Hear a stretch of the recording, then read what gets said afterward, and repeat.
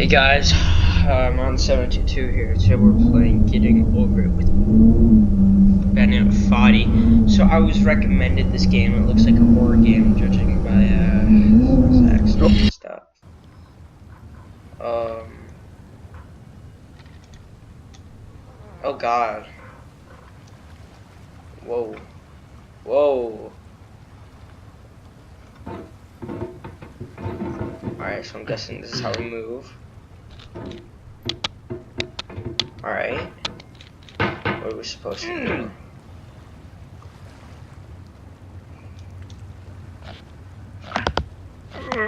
Oh my god, this is... Alright, we got this. So...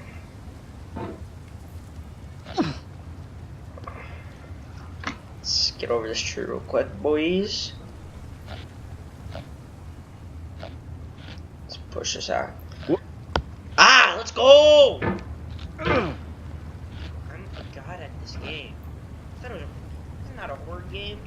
There's no feeling more intense than starting over. If you deleted your homework the day before it was due, as I have, or if you left your wallet at home and you have to go back after spending an hour in the commute. If you won some money at the casino and then put all your winnings on red but it came up black. If you got your best shirt dry cleaned before a wedding and then immediately dropped food on it. If you won an argument with a friend and then later discovered that they just returned to their original view. Starting over is harder than starting up. If you're not ready for that, like if you've already had a bad day, then what you're about to go through might be too much. Feel free to go away and come back. Nah, boy, I'm gonna finish this today, boy. See, look at that. You try to get me with that crap? No. Alright, thanks for coming with me on this trip. I'll understand if you have to take a break at any point. I don't need to take a break. Just find a safe place to stop and quit Let's the go! game. Don't worry, I'll save your progress, always. Even your mistakes. This game is a homage to a free game that came out in 2002, titled Sexy Hiking. The author of that game was SOOOOO, a mysterious Czech designer who was known at the time as the father of B games. And B games are rough assemblages of found objects. Designers slap them together very quickly and freely, and they're often too rough and unfriendly to gain much of a following. They're built more for the joy of building them than as polished products. In a certain way, Sexy Hiking is the perfect embodiment of a B game. It's built almost entirely out of found and recycled parts, and it's one of the most unusual and unfriendly games of its time. In it, your task is simply to drag yourself up a mountain with a hammer. And that act of climbing, in the digital world or in real life, has certain essential properties that give the game its flavor. No amount of forward progress is guaranteed. Some cliffs are too sheer or too slippery. And the player is constantly, unremittingly in danger of falling and losing everything. No! Anyway, when you start Sexy Hiking, you're standing next to this dead tree that blocks the way to the entire rest of the game. It might take you an hour to get over that tree, and a lot of people never got past it. You prod and you poke at it, exploring the limits of your reach and your strength, trying to find a way up and over. And there's a sense of truth in that lack of compromise. Most obstacles in video game worlds are fake. You can be completely confident in your ability to get through them once you have the correct method or the correct equipment or just by spending enough time. In that sense, every pixelated obstacle in Sexy Hiking is real. This game's actually so stupid. What?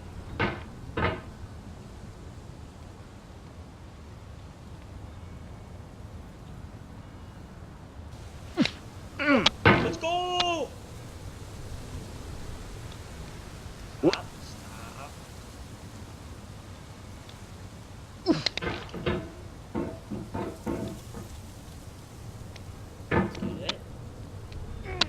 The obstacles in Sexy Hiking are unyielding, and that makes the game uniquely frustrating. But I'm not sure SOOOOO intended to make a frustrating game. The frustration is just essential to the act of climbing, and it's authentic to the process of building a game about climbing. A funny thing happened to me as I was building this mountain. I'd have an idea for a new obstacle, and I'd build it, test it, and it would usually turn out to be unreasonably hard. But I couldn't bring myself to make it easier. It already felt like my inability to get past the new obstacle was my fault as a player No! rather than as a builder. Imaginary mountains build themselves from our efforts to climb them, and it's our repeated attempts to reach the summit that turns those mountains into something real.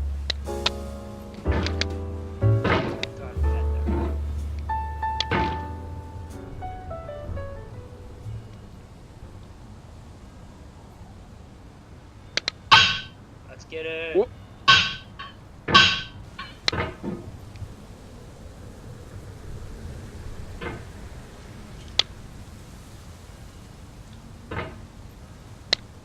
When you're building a video game world, you're building with ideas. And that can be like working with quickset cement. You mold your ideas into a certain shape that can be played with. And in the process of playing with them, they begin to harden and set until they're immutable, like rock. And at that point, you can't change the world. Not without breaking it into pieces and starting fresh with new ideas.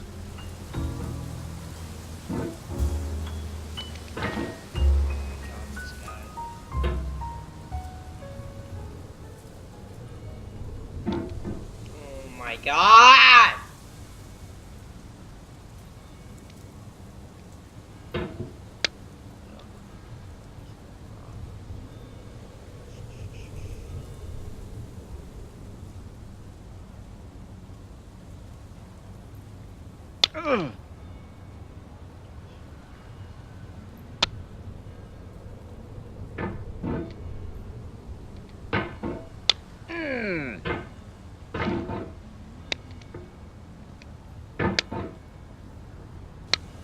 Okay, this is actually possible.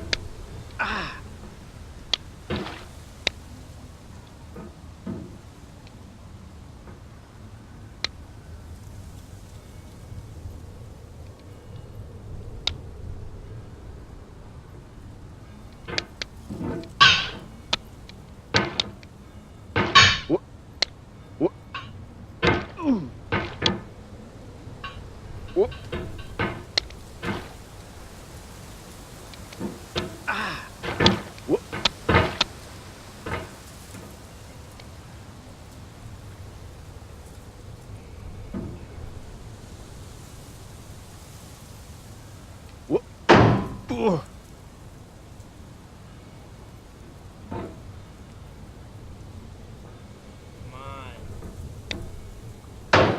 Stop.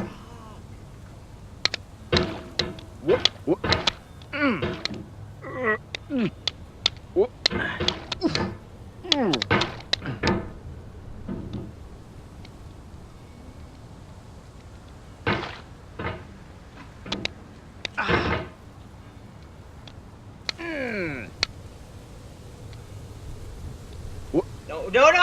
Oh, you just lost a lot of progress.